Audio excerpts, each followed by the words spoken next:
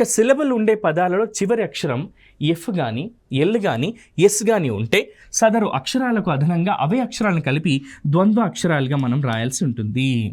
ఒక సిలబుల్ ఉండేటటువంటి పదాలలో ఒకటే సిలబుల్ ఉండాలి. ఇదిగోండి ఐ, ఇక్కడ ఏ, ఇలాంటివి ఒక ఓవెల్ శబ్దం కలిగి ఉన్నాయి, ఒక ఓవెల్ ఉన్నాయి.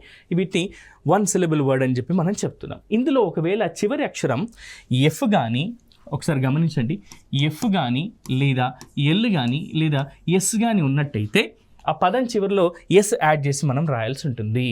ఆ పదం చివరిలో మనం ఇంకొక ఎఫ్ కానీ ఇంకొక ఎల్ కానీ ఇంకొక ఎస్ కానీ యాడ్ చేయాల్సి ఉంటుంది. ఫర్ ఎగ్జాంపుల్ STIF ఉంది, ఇక్కడ ఎఫ్ వచ్చింది కదా, దాని పక్కన ఇంకొక ఎఫ్ రాస్తే స్టిఫ్ అవుతుంది. స్టాల్, STA వచ్చింది కదా, LL వచ్చింది, సో స్టాల్ అని అంటాం మనం. అలాగే STIL అని ఉంది అనుకోండి, ఇక్కడ వన్ సిలబుల్ వర్డ్ ఉంది, ఒకటే సిలబుల్ ఉంది, ఎందుకే దీని పక్కన స్టిల్ అని రాసి దీని స్పెల్లింగ్ స్టిల్ అని చెప్పి చెప్తూ ఉంటాం.